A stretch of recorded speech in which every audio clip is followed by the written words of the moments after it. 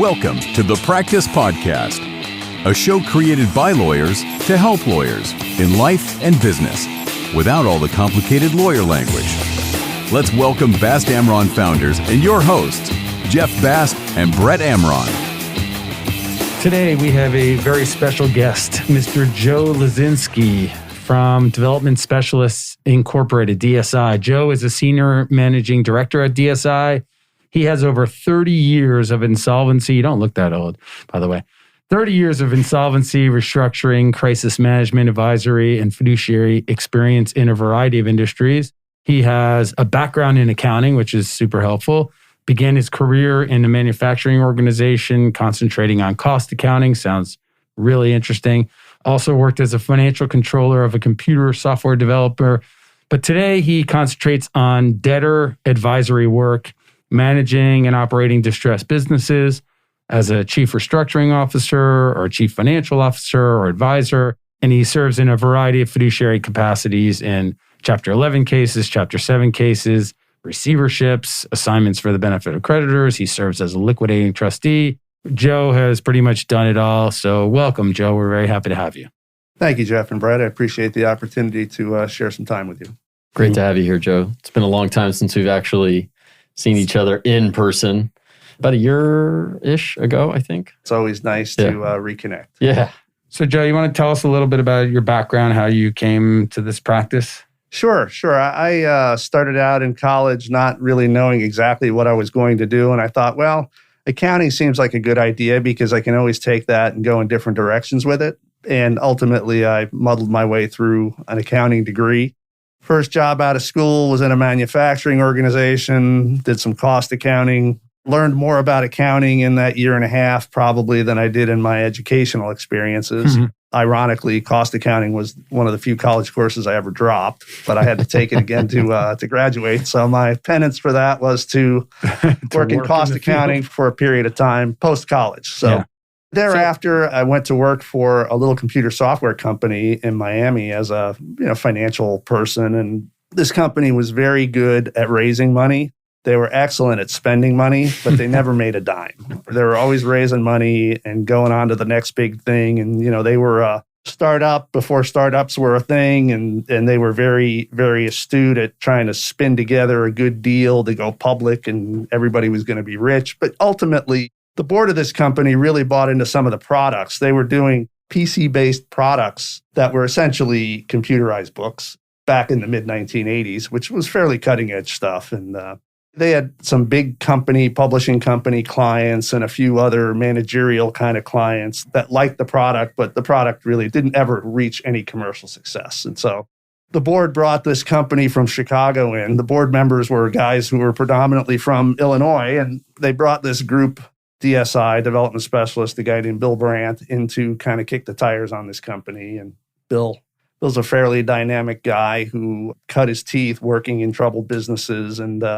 suffices to say, as I noted, they were good at raising money, not good at making money. There were a lot of problems. And ultimately, at that time, I was fairly young, mid-20s, and feeling like, well, this is a dumpster fire here and it's a mess, but it's kind of interesting. So I'll hang around for a little while and see what happens. And so I spent about 2 years doing an out-of-court workout of this company, cleaning up the issues, cleaning up lots of technical issues, private placements, tax documentation, product commitments, contracts, and that. And then thereafter, I went to work for DSI.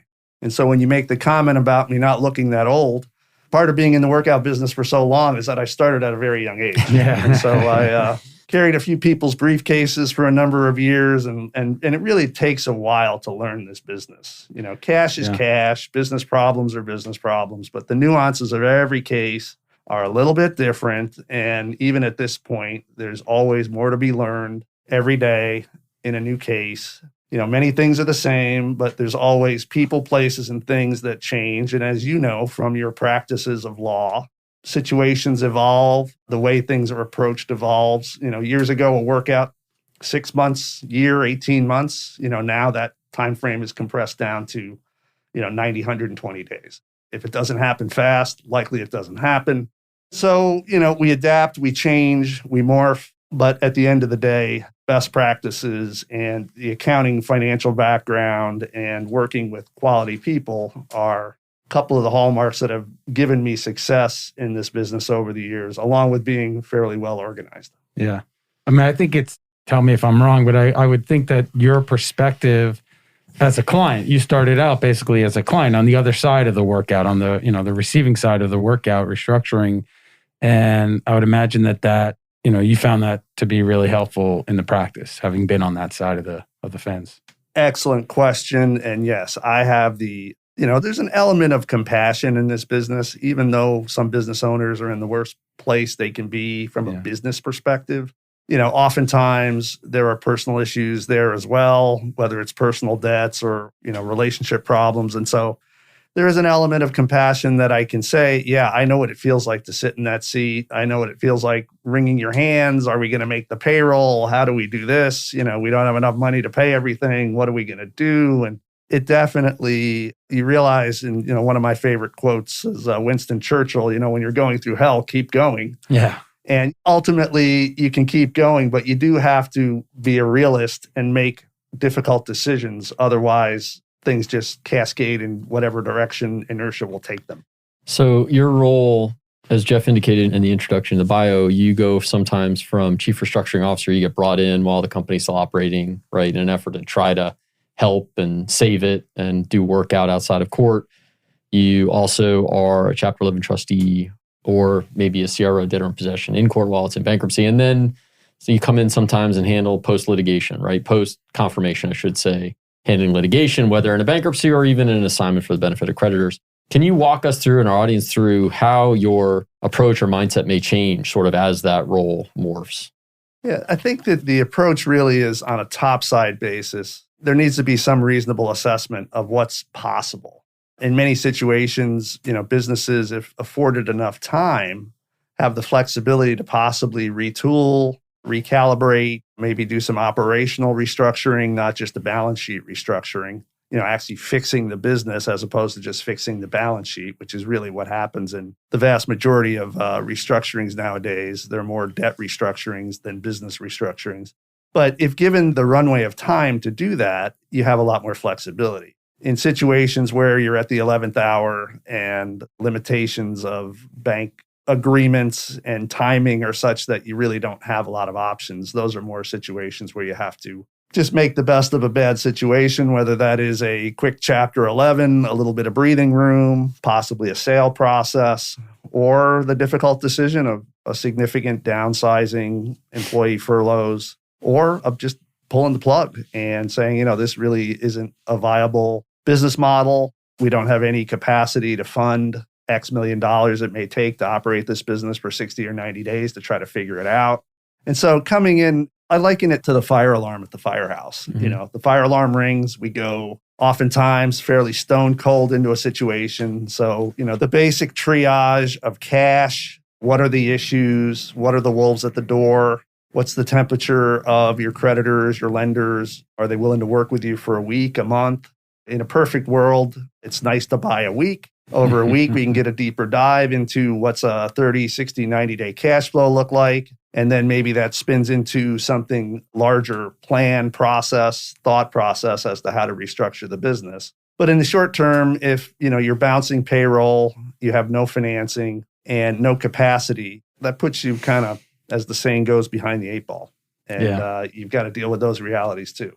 Yeah. And I think those are the times when you mentioned this before, the compassion comes in, especially with small to mid-sized businesses or at least closely held companies where a family or individual or group of individuals has invested their whole life into building something and now they're watching it collapse. And I think you bring not only compassion, but an outsider's perspective from the inside. And so we always say it's hard to see the picture when you're in the frame. And so you come in from outside and say, hey, look, let me shed light on this problem, this problem, this problem, and maybe we can solve two of them, but the other three are impossible. I appreciate what you said about bringing compassion to the table because I think it's just so important in what we do. Yeah, it's a leadership issue too. There are always hard decisions that have to be made in these things. Making a determination to furlough a third of the workforce. Well, yeah, that's really hard on that third, But if it preserves the other 2/3 in the go forward business, there's a tremendous amount of value there for Right. all constituents. Right. Maybe not that third of the people who are getting furloughed. Some of them maybe just by circumstance or what have you, not necessarily for bad behavior or poor performance. It's just you don't need 20 salesmen if you're only selling a third of what you sold the year before. So you have to lose some in order to balance the equities of cost versus benefit. Yeah. And I think to Brett's point before about the timing of the various stages, you have some are workouts, some are restructuring informal or out of court, and some are liquidations. I imagine when you get brought in is a critical question that derives the answers to what options are available. The earlier they bring you in, the better. So I guess the question is, who brings you in and when? Yeah, another interesting question that unfortunately has a fair amount of human nature involved in it. Oftentimes, business owners, small business owners, family business owners, small public companies, frankly, they're embarrassed. They're not happy that things aren't working out. Some are the eternal optimist. Next month's going to be better. We're going to sell our way out of this. Some are the it's blame transference. The damn bank, if the bank would just loan us more money, we could work our way through this. And then there's those that are kind of slip into their shell and don't know what to do. If I keep thinking about this, maybe we'll find a solution. And so we have to embrace all of these ideas and come up with, well, here's what we got to do. We got to figure out a plan for the next week. What can we do? What might we be able to do over the course of the next week? And can we get anybody else to support us doing that for a week?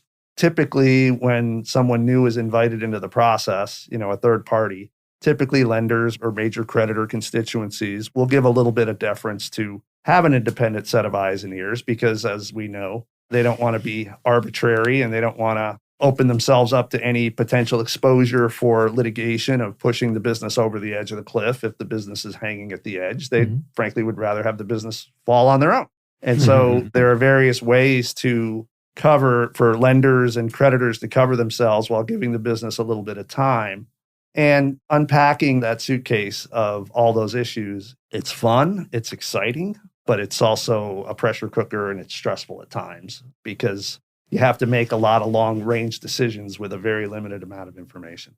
So for those that are listening, either the lawyers or potential fiduciaries that maybe clearly don't have the experience you have, what are some key pointers that you would give them when there's a bankruptcy filing and a fiduciary has been appointed, either an 11 trustee, a 7 trustee, or even a receivership or an assignment, right? Where you're a court-appointed fiduciary and you're now in, and where do you go from there? What do you do to try to get a great handle on what's going on? What are the issues, the empathy, compassion you talked about, and then looking forward as to your, the goals, like what are the goals in the case? Yeah, this is an exercise in managing people and understanding people. Oftentimes, as I mentioned, some debtor, some business owners, they want to blame everybody else. It's not their fault. It's somebody else's fault.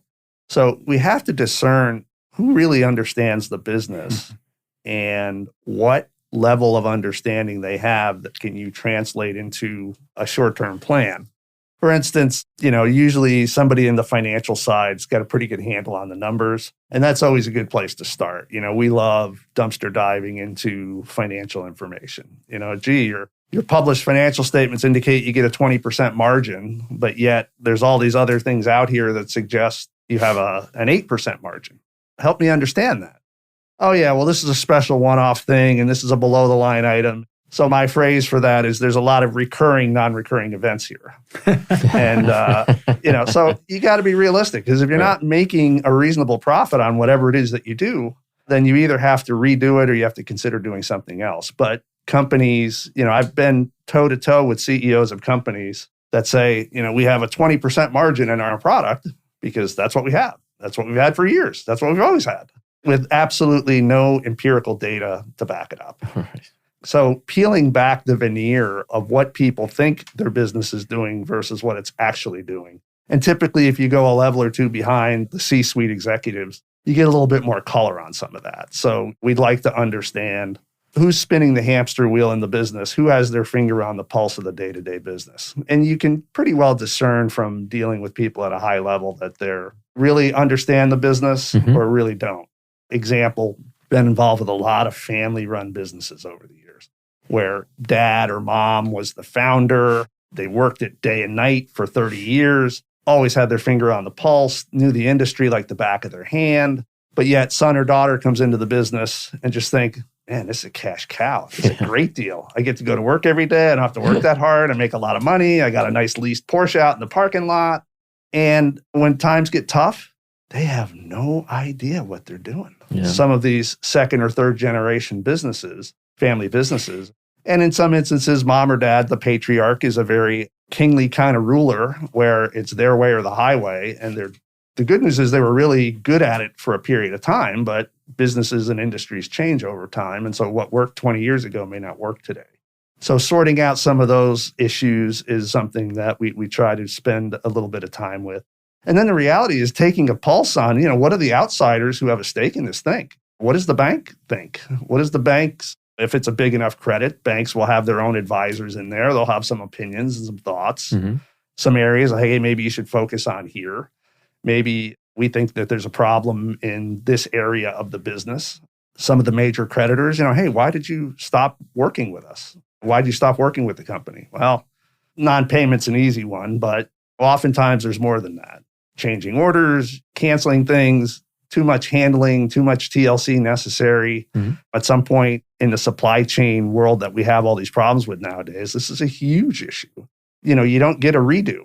You don't get to say midstream, oh, by the way, we wanted 20 of those instead of 40, and we wanted them in this color versus that color. Those at the moment, those things are really, really critical business problems that don't have an answer. And so somebody's got to eat that problem. And figuring out where those things lie. Is it a communication issue? Is it a management issue? The classic business failure problems, cash flow, poor management, overexpansion, overestimating, and frankly, budgeting is a huge issue. Or Many lack of it. Sizable companies do not operate with budgets and forecasts, and they don't hold themselves accountable. And so when you come in sometimes and try to say, well, what are we measuring against? It's a difficult measurement tool because there really isn't a standard there. And I imagine, to Brett's question about what the ownership should be thinking about when you're appointed, I imagine that in the majority of court appointments, so where you're appointed, meaning there was a fight, typically there's a fight, somebody's moving for the appointment of a Joe Luzinski, a bank, a lender, some creditor group, and the company's fighting it, you get appointed, and you're viewed as the enemy, but really you're not. Or maybe you're out of court and the bank recommends that they hire you or requires that you're hired. I imagine there's a lot of resistance to getting you involved. How do you approach that? How do you overcome that? We don't quite show up for work every day wearing a black and white striped shirt, but we work very, very hard to try to be fair and impartial. I mean, we're human. We have our own views, we have our own observations, but we don't automatically jump to conclusions. If there is a multi-party dispute, we give everybody a little equal airtime, at least hear their side of the story, try to understand what their views are. In some instances, the parties agree on the appointment of a fiduciary, and in other instances, the fiduciary is kind of jammed down their throat. And of all of the kinds of cases I've had over the years, you can pretty well line up the bank parties, the creditor parties, the bond holders, everybody along the capital stack's got their own little agenda. And that doesn't dramatically change from case to case.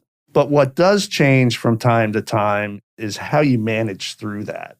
Some of the nastiest cases I've ever been involved in were what I would call business divorces, 50-50 shareholder disputes. Yeah. There was one case in particular I had years ago. It was a receivership case where both parties agreed to the appointment of a receiver. I was vetted by both sides. I got appointed as a receiver.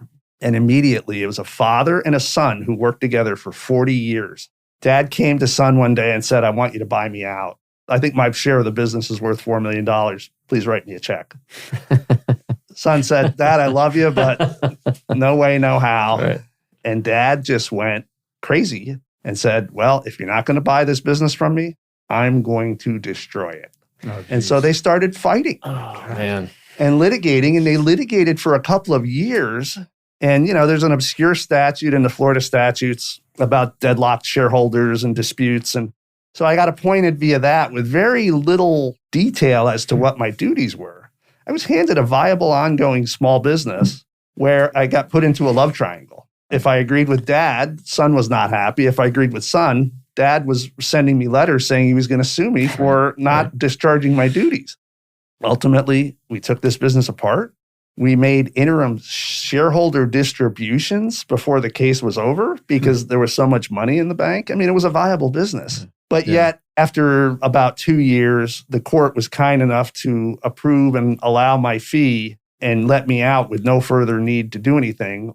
Father and son went on to litigate with each other for at least 2 more years thereafter and probably spend most of their gains from the years that they worked together fighting each other as opposed to putting it into their childhood dream of doing something else or putting it into some other charitable purpose. They just agreed to disagree with each other, and it was just mean-spirited and nasty. It was one of the nastiest cases I've had in 30 years.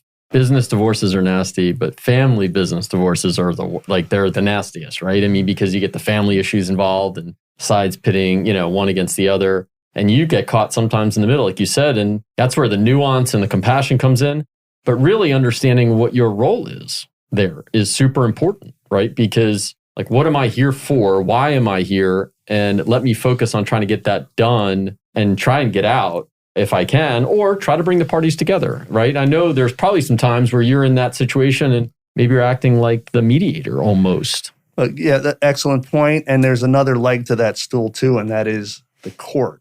Yep. Many times you'll have a court that is very knowledgeable and understanding of the strengths and weaknesses of the parties. Mm-hmm. And ultimately, as a fiduciary, you're an officer of the court. And so ultimately, my biggest audience is not shareholder A or shareholder B. It's the judge and making sure that I'm discharging my duties both to the best of my ability, but also in line with what the court's views and thinking are. So if the court is going to support what I'm doing, it makes life a lot easier. But I've been involved in several state court matters where the judge is really not, and I say this, I don't mean to disparage state court judges, but the quality of judges sometimes a little better, a little worse. Mm-hmm. Some judges like to work, some don't.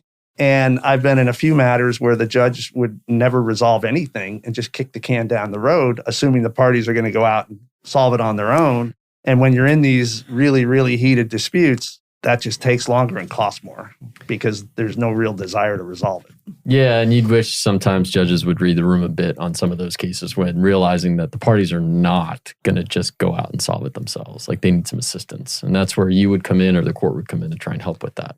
But you do bring up a good point too about even though I'm not a mediator, I don't do mediation work, I'm not a lawyer, but mediation is a very viable, usable tool these days to resolve more than just nasty disputes. I mean, there's a lot of quality mediators there who can, in a reasonably short period of time, dial into what the real issues are. Yeah. And, a good mediator will push both sides with the weaknesses of their case and hopefully push them towards the center. And so I've had pretty good success over the last 10 years or so resolving things that were pretty difficult to resolve through mediation. The difference is you are, like you said, you're appointed by the court. You're really an extension of the court, but the judge can't go down to the facility and, log onto the computer and start looking around to figure out who's right and who's wrong.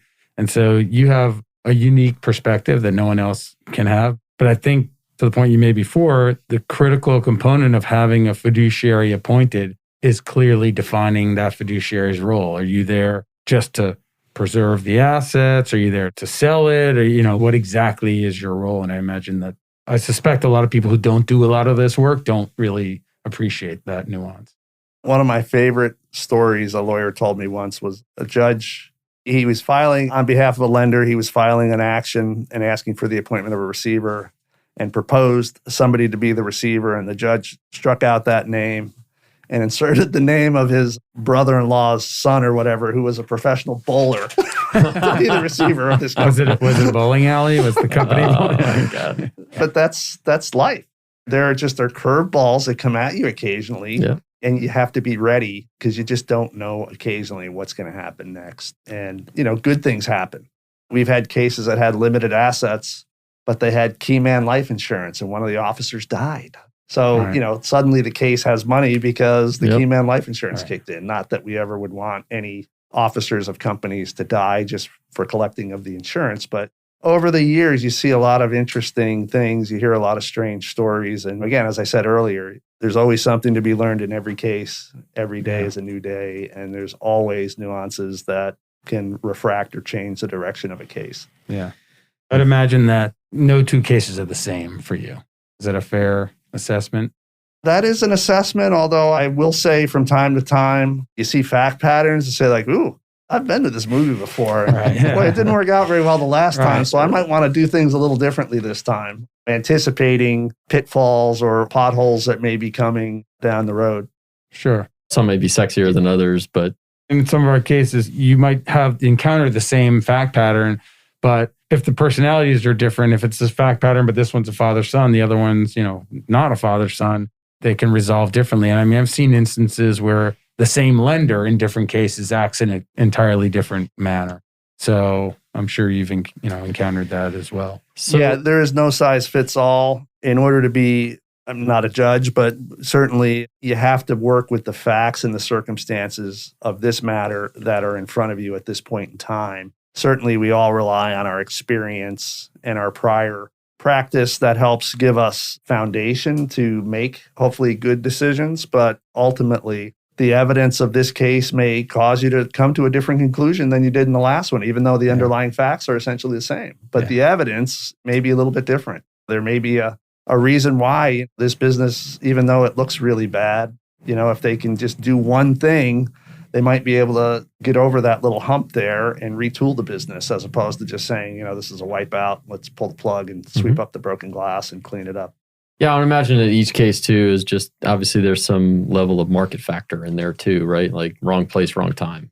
If suddenly you're in certain kind of business and I don't know, a pandemic hits and everything shuts down and you can't withstand enough cash, like nobody would have that kind of cash on hand for a small business perhaps and not ride it out. So yeah, the good news is if everybody's in the same bad place in your industry at the same time, that's a decent fact. Yeah. If many of the people in your industry are doing really, really well and you're not, that shines a spotlight on there's something going on with your business model that may not be suitable or workable in this current environment. Again, going back to the basics of expansion, over expansion, cash, liquidity, poor choices, poor management.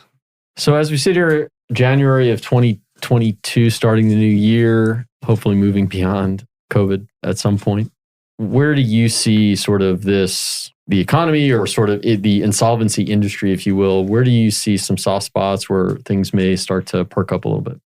Everybody in the industry has been awaiting the crush of business that hasn't come. Yeah. I think that the government stimulus programs and government gifting of monies to various people and businesses has generated a significant cause for most businesses to be very static.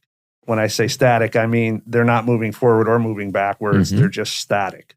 Historically, there's a turnover in most every industry every year. The bottom 10, 15, 20% of businesses get cleaned out. Investors move their monies to other investments. And, that's a natural capitalist cycle. And I think the last 2 years and the trillions of dollars of money that's been out there, interest rates being as incredibly low as they are, and lenders not wanting to take back lots of troubled assets all in one lump, has kind of caused a malaise where everybody wants to just wait a little bit longer and try to figure this out. And so a lot of businesses that should have been gone a year or two ago are still hanging by their fingernails because of government funding in part. A lot of lenders have been willing to forbear because, they probably have quarterly earnings. A lot of them moved a lot of loans into non-accrual status. And apparently in the last quarter, some of them are moving some of that money back out because the loan losses haven't been as great as they would have expected. But ultimately, I think the normal reality has to return at some point. Interest rates have to go up at some point. Government stimulus appears to be tapering. And I think a lot of businesses that are out there will start to clean up the lower echelons of those industries. And I think that will happen partially with an increase in liquidations. We have not had a robust Chapter 11 restructuring business over the last 18 months or so, but the liquidation business seems to be picking up the opportunities to do. We're not talking about put a padlock on it and sell it kind of liquidations. We're talking about high-end liquidations, businesses that had tens or hundreds of millions of dollars invested in them. They have fancy intellectual property and some reasonable assets, but at the moment, they don't have the capacity to fund going forward. Mm-hmm. So there's a lot of businesses like that I think are going to be failing over the course of the next year or so. And that will then, I think, initiate another wave of new business opportunities where others take on some of these failures and take them to the next level or put it in a new business model or have a different business plan to leverage the value of those assets in a different way. The traditional industries, who knows? Retail seems to be on the mend after having a terrible time. The hospitality industry is up and down. Labor shortages is just a challenge that everybody's suffering with. That's not put upon anybody in particular. And I think just that's got to smooth out. And it's probably going to take a year or more for those kinds of issues to kind of smooth out to get back to a regular or normal economy, if there is such a thing. That's a darn good answer. Yeah. I got to tell you, I think you hit the nail on the head right there. It's a lot more than just the government stimulus, and I know you recognize that. I agree. I think we've been on pause basically for 2 years. I think in the beginning of the pandemic, our phones were ringing off the hook, everybody panicking and freaking out. And, we talked to a lot of people, and then they realized there was stimulus, there was some sympathy out there, some uncertainty and surprise, but eventually all that stuff's wearing off. It's going to wear off, and we're going to see some failure. I think what happened is a lot of businesses closed just quietly overnight, essentially, without the typical fanfare that we might otherwise see. But I agree that the flood's coming. And I think some of the labor shortages and even just the COVID sick outs, if you will, right? Like I don't know about you, I've gone to some restaurants, tried to order, and they're closed or they're only doing online because they can't staff the restaurant. And how long can a small business withstand that, And so I think there'll be some of that. And same thing with stores, retail, small stores. How long can they withstand that? Yeah. And you got to pay more for staffing, and you have to pay more for electricity and food for a restaurant, and how much can you really pass on? So, it's real. Yeah, I'm an old school kind of guy. I like a little personal service. It's nice to go out to a restaurant and be served in that, but these days it's tough. It is. It's tough to even a couple of the nicer places that I frequent from time to time. Service is not that good. Yeah, the training's not that good. And I'm old and I'm spoiled, but there's an opportunity there too. Yeah. Yep. There's an opportunity for not everyone is going to be a college graduate MBA who's going to go work in the high-tech industry and become a mover and shaker. There certainly are a lot of jobs in our economy that were never intended to be family of four primary wage earner jobs. Right. When I worked for minimum wage as a teenager, I was a teenager. It was pocket money. The notion that the minimum wage is something that should feed a family of four is tricky. Yeah. There's just, those are entry-level jobs, and I get it. They're bad jobs. Nobody wants to be a bus person or a dishwasher or what have you for $9 or $12 an hour. But at some level, the economy is really difficult to sustain paying those jobs $30 an hour, because then everybody who's making $30 an hour should get $50 an hour. Right, and unfortunately, over the last 30 years, we've offshored a lot of our middle-class job base. And, if there's a long-term impact on our economy here, it may be to bring some of that manufacturing back, both to sustain the supply chain. And I think Toyota hit it on the head when they said we've switched from just-in-time inventory to just-in-case. And so they, like many businesses, are now not worrying about, okay, we're going to make it on Wednesday, the parts will show up on Tuesday. They're going to make it on Wednesday. The parts were here 6 months ago because we want a 6-month supply of these critical parts in order to make what we make, in order to maintain our budgets and cash flows and forecasts and so on and so forth. And so, the automotive chip business has gotten a tremendous amount of airtime. And I think that automotive chips, every car has hundreds, if not thousands of them, and they're very, very cheap. And so in an economy where you have limited resources and limited labor, they're not making the cheap chips. Yeah. They're making the expensive Yeah, ones. sure. They're Yeah, making the ones stuff that go cheap. into video game Yeah, consoles. the gaming consoles. Yeah, that cost, exactly. $200 a chip instead of $6 a chip. Mhm. Yeah. And so from what I read, forecasts, it's probably another year or more before some of that supply chain settles out. But bringing some of those manufacturing jobs back to the U.S. and bringing some of the pharmaceutical jobs back to the U.S. would create more stability in our supply chain, will also create more mid-level jobs in our economy, which really has been a problem. I mean, the news media loves to report on how the richest people in the world are getting richer and, everybody else is getting poorer. And that is a fact. I don't dispute it. But America has always been a country of innovation, creativity, and capitalism. So there's a huge void there to be filled. And the race is on to see who's going to fill it. That's the exciting part. Right. Unfortunately, it may take 5 or 10 years to realize that. Right. But like where the innovation is and like what's next, Right. You can't just build a chip factory next week. Yeah. Probably is a 5-year project. Sure. So should we have you back in 5 years when we can see if your prognostication was... I'm just kidding. Joe, this is really great. Really enjoyed having you on here. I always enjoyed talking to you. Always enjoy working with you. Hopefully we have some opportunities in the near future. If you are listening to this podcast and you have any questions about the show or something we discussed or a question for Joe, by all means, reach out to him. You'll find his contact info in the show notes. And if there's any topics you want to hear from us in the future or you're interested in being a guest, please reach out to us directly. And if you enjoyed this episode, which I'm sure you did, please give us a 5-star review, follow us, and share us with your friends and family. And we'll see you next time. Thanks, Joe. Thanks, Nelson. Thank you, Nelson. Thank you for the opportunity to come and chat with you. I appreciate it. For more information on this show and other resources, visit bastamron.com and connect with us on LinkedIn, Facebook, and Instagram @BastAmron.